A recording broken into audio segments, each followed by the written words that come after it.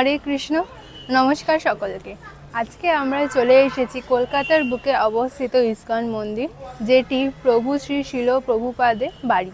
আজকে আমরা এখানে ঘুরে দেখব ইস্কন মন্দিরে কি কি রয়েছে, আপনারা কখন আসতে পারেন, কিভাবে আয়োজন, সম্পূর্ণ তথ্য থাকবে এই ভিডিওতে। সুতরাং ভিডিওটা স্কিপ না করে শেষ পর্যন্ত দেখবেন। ভিডিওটি ভালো লাগলে লাইক করে দেবেন, কমেন্টে আমাদের জানাবেন, সাবস্ক্রাইব করে পাশে থাকবেন। তো চলুন শুরু করা যাক আজকের এই ইস্কন কলকাতার ভিডিওটি। ইস্কনের নাম শুনলেই আমাদের প্রথম মাথায় আসে মায়াপুরের কথা, কিন্তু আপনারা জানেন কি, মায়াপুরে ইস্কন মন্দির প্রতিষ্ঠার আগে শ্রীল ভক্তি বেদান্ত স্বামী প্রভুপাদজি 1970 সালের আগস্ট মাসে যখন ভারতে ফিরে এসেছিলেন, তখন তিনি কলকাতায় ইস্কনের প্রথম কেন্দ্র প্রতিষ্ঠা করেন। এটি হলো সেই প্রথম কেন্দ্র এবং মন্দিরটি। সুতরাং বুঝতেই পারছেন এই জায়গার সাথে কিন্তু বহু ইতিহাস জড়িয়ে রয়েছে, যা বর্তমান সময় খুব সুন্দর করে সংরক্ষিত করা আছে। এই ভিডিওর মাধ্যমে চেষ্টা করব সবটাই আপনাদের সামনে তুলে ধরার। তো নিচেই একদম দেখলাম ইস্কন মন্দিরের নিচে রয়েছে গিফট শপ। এখানে আপনার বিভিন্ন জিনিসপত্র পেয়ে যাবেন, ঠাকুরের থেকে শুরু করে কাউকে যদি গিফট করার ইচ্ছা হয় সেখানে। তো দেখি এখানে ভেতরে এখন কি কি পাওয়া যাচ্ছে।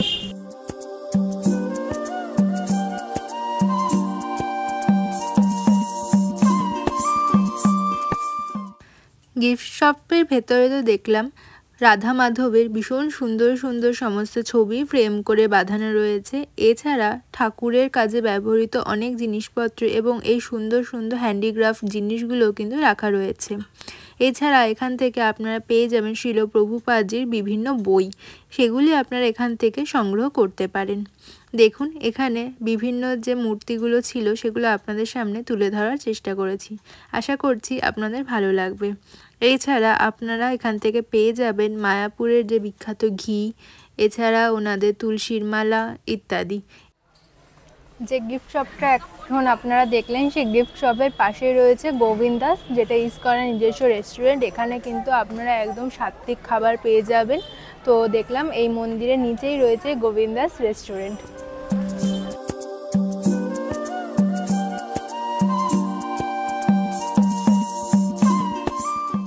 এবার আমরা যাব এই মন্দিরের ওপরে কিন্তু রয়েছে মূল মন্দির। এই পিছনে যে আমার সিঁড়িটা দেখতে পাচ্ছেন, এটা দিয়ে আপনাদেরকে ওপরে উঠে যেতে হবে, কিন্তু ভেতরে যেহেতু ছবি ভিডিও অ্যালাউড নয়, ওর জন্য আমি ভেতরে ভিডিও আপনাদের দেখাতে পারলাম না।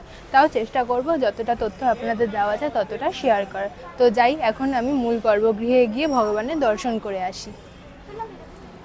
1965 খ্রিস্টাব্দে 69 বছর বয়সের শিল প্রভুপাদজি সারা বিশ্বতে হরিনাম ছড়িয়ে দেওয়ার জন্য গেছিলেন আমেরিকাতে।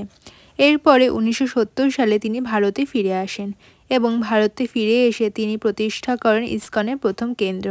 কলকাতার এই প্রথম কেন্দ্রে মন্দির প্রতিষ্ঠা হয় 1971 সালের মে মাসে। শিল প্রভুপাদজি যখনই কলকাতায় আসেন তখন এই মন্দিরেই তিনি থাকতেন।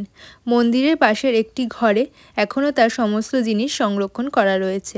এখানে আপনারা দেখে নিতে পারেন ওনার ব্যবহৃত চাটাই, ছাতা, এছাড়া ছোট্ট টাইপরাইটার, শ্রীমদ্ ভাগবতম এবং ওনার আধ্যাত্মিক গুরু ভক্তি সিদ্ধান্ত সরস্বতী প্রভুর একটি ছবি। এই ঘরেই অতিথিদের সাথে দেখা করতেন তিনি। কলকাতায় থাকাকালীন তিনি অনেক গুরুত্বপূর্ণ সিদ্ধান্তও নিয়েছিলেন। তাদের মধ্যে একটি উল্লেখযোগ্য হলো মায়াপুরের জমি 14,500 টাকায় কেনা। তিনি যে ঘরে থাকতেন সেখানে সমস্ত জিনিস আমরা চেষ্টা করলাম এই ভিডিওর মাধ্যমে যতটা দেখানো যায় আপনাদের দেখানোর। এখন আপনারা দর্শন করে নিচ্ছেন কলকাতার ইস্কন মন্দিরে রাধা মাধব এবং তার সাথে প্রভু শ্রী জগন্নাথ, মাতা সুভদ্রা এবং বলদেবজির। আশা করছি আপনাদের এই দর্শন করে ভীষণ ভালো লাগছে। চলুন এবার জেনে নিই এই মন্দিরের টাইমিং কি রয়েছে। কলকাতার ইস্কন মন্দির খোলে ভোর 4:30 সময় এবং বন্ধ হয় 1টার সময়। 4:30 সময় হয় মঙ্গল আরতি। এরপর 8:30 থেকে এখানে শ্রী ভাগবতম ক্লাস শুরু হয়, সেটি চলে 12টা পর্যন্ত।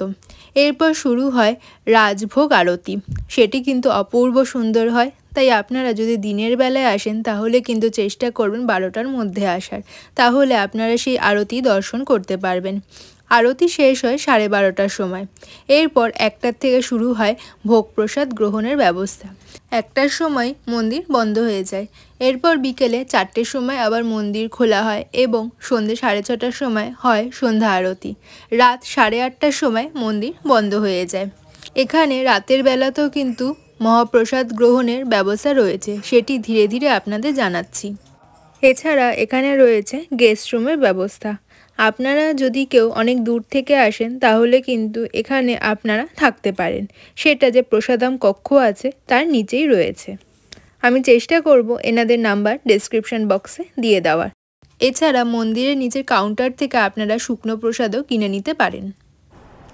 ওপরে মূল মন্দিরে রাধা গোবিন্দ দর্শন করে একদম মন ভরে গেল। বেশ কিছুক্ষণ ওখানে সময় কাটালাম, সাথে ওখানে সংকীর্তনও হচ্ছিল, তো সংকীর্তনেও যোগ দিয়েছিলাম।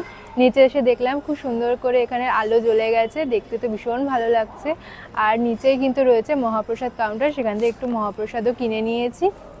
এছাড়া আপনারা যদি এই মন্দিরে আসেন তাহলে কিন্তু আপনারা এখানে প্রসাদও গ্রহণ করতে পারেন। এখানে সকালবেলা 8টা থেকে 9:15 অবধি সকালে ব্রেকফাস্ট দেওয়া হয়। এছাড়া দুপুরবেলা 1টার থেকে 2:45 পর্যন্ত অন্নপ্রসাদের ব্যবস্থা রয়েছে এবং রাতে 7টা থেকে 7:45 পর্যন্তও কিন্তু অন্নপ্রসাদেরই ব্যবস্থা রয়েছে। আপনারা যখন আসবেন সেই প্রসাদের টাইমেই কিন্তু আপনারা কুপন কেটে তারপর ভোগ প্রসাদ গ্রহণ করতে পারেন। দুপুরবেলা অন্নপ্রসাদের কিন্তু দাম মাত্র 100 টাকা, আর রাতের বেলার যে ভোগ প্রসাদের ব্যবস্থা সেখানে 50 টাকা কুপন। তো আপনারা যদি এখানে আসেন তাহলে কিন্তু ভোগ প্রসাদও গ্রহণ করে মহাপ্রসাদের আনন্দ নিতে পারেন। এই ছিল ইসকন কলকাতার বিভিন্ন খুঁটিনাটি তথ্য। আপনাদের আরও একটি ইন্টারেস্টিং বিষয় জানিয়ে রাখি, কলকাতার বুকে অন্যতম পুরনো রথযাত্রাও কিন্তু এখান থেকেই শুরু হয়েছিল। ভারতের ইসকনের প্রথম রথযাত্রা ছিল এটি। 22শে জুলাই 1972 সালে কলকাতার এই মন্দির থেকে শুরু হয়ে 12 নম্বর এমজি রোডের মল্লিক ঠাকুরবাড়িতে শেষ হয়েছিল সেই রথযাত্রা। হাজার হাজার মানুষ কিন্তু সেই অনুষ্ঠানে অংশগ্রহণ করেছিল। আপনারা যদি এখানে গাড়ি নিয়ে আসেন, উল্টো দিকে রয়েছে পার্কিংয়ের ব্যবস্থা, তাই আপনাদের কিন্তু কোনো রকম সমস্যাই হবে না। আর মন্দিরে ঢোকার মুখে আপনারা এখানে পেয়ে যাবেন জুতো রাখা স্ট্যান্ড। এখান থেকে আপনাদের একটি ব্যাগ দেওয়া হবে, সেই ব্যাগের মধ্যে জুতো নিয়ে আপনারা সিকিউরলি রেখে দিতে পারেন। এছাড়া নিজেদের ব্যাগপত্র ওখানে জমা দিতে পারেন। মন্দির থেকে একটুখানি এগিয়ে গেলেই পড়বে এই পার্কটা, কি সুন্দর করে সাজানো। আমরা রাতের বেলা গেছিলাম বলে পার্কটা অতটা ঘুরে দেখতে পারিনি। আপনারা দিনের বেলা গেলে কিন্তু পার্কটা অবশ্যই ঘুরে দেখবেন। তো চলুন এবার আসা যাক এই ভিডিওর সবচেয়ে গুরুত্বপূর্ণ তথ্য। আপনারা কলকাতার ইসকন মন্দিরে আসবেন কি করে। প্রথমে আপনারা মেন লাইনের ট্রেন ধরে চলে আসুন দমদম স্টেশন। এরপর আমরা দমদম স্টেশন থেকে ধরে নেব মেট্রো। মেট্রো করে আমাদের যেতে হবে রবীন্দ্র সদন। দমদম থেকে রবীন্দ্র সদন যাওয়ার ভাড়া হলো 15 টাকা, আর আপনাদের যেতে সময় লাগবে আধা ঘন্টা মতো। রবীন্দ্র সদন মেট্রোতে নেমে আপনারা বেরোবেন গেট নাম্বার 1 দিয়ে। গেট নাম্বার 1 থেকে বেরিয়ে আপনাদের হেঁটে যেতে হবে বেশ 5 মিনিট মতো। আমি চেষ্টা করব গুগল ম্যাপসের লিঙ্কটা ডেসক্রিপশন বক্সে দিয়ে রাখার, সেটা দেখে আপনারা কিন্তু খুব সহজেই পৌঁছে যেতে পারবেন ইসকন মন্দিরে। 1 নম্বর গেট থেকে বেরিয়ে সেই গেটের একদম সাইড দিয়ে যে গলিটা রয়েছে সেটা দিয়ে কিছুক্ষণ মতো হেঁটেই আপনারা পেয়ে যাবেন রবীন্দ্র সদন মোড়। সেখান থেকে ডান দিকে 5 মিনিট মতো হেঁটে গেলেই আপনারা একদম পেয়ে যাবেন সেই পার্কটা, আর পার্কের উল্টো দিকেই রয়েছে ইসকন মন্দির। আমরা সেই দিন প্রথমে গেছিলাম নেতাজি ভবনে, সেই জন্য আমরা গেট নম্বর 3 দিয়ে বেরিয়েছিলাম। আপনারা যদি আমাদের নেতাজি ভবনের ভিডিওটি না দেখে থাকেন তাহলে কিন্তু সেটাও দেখে নিতে পারেন। ডেসক্রিপশন বক্সে আমি দিয়ে রাখবো লিঙ্ক। নেতাজি ভবন থেকে কিন্তু ইসকন কলকাতা মন্দির একদমই সামনে, তাই আপনারা কিন্তু এই দুটো জায়গায় ঘোরার প্ল্যান একদিনে রাখতেই পারেন। আশা করছি আজকের আপনাদের এই ভিডিওটা ভালো লাগলো। ভালো লেগে থাকলে কিন্তু একটি লাইক করে দেবেন এবং কমেন্টে আমাদের জানাবেন। সাবস্ক্রাইব করে পাশে থাকবেন এই ধরনের আরও ভিডিও দেখার জন্য।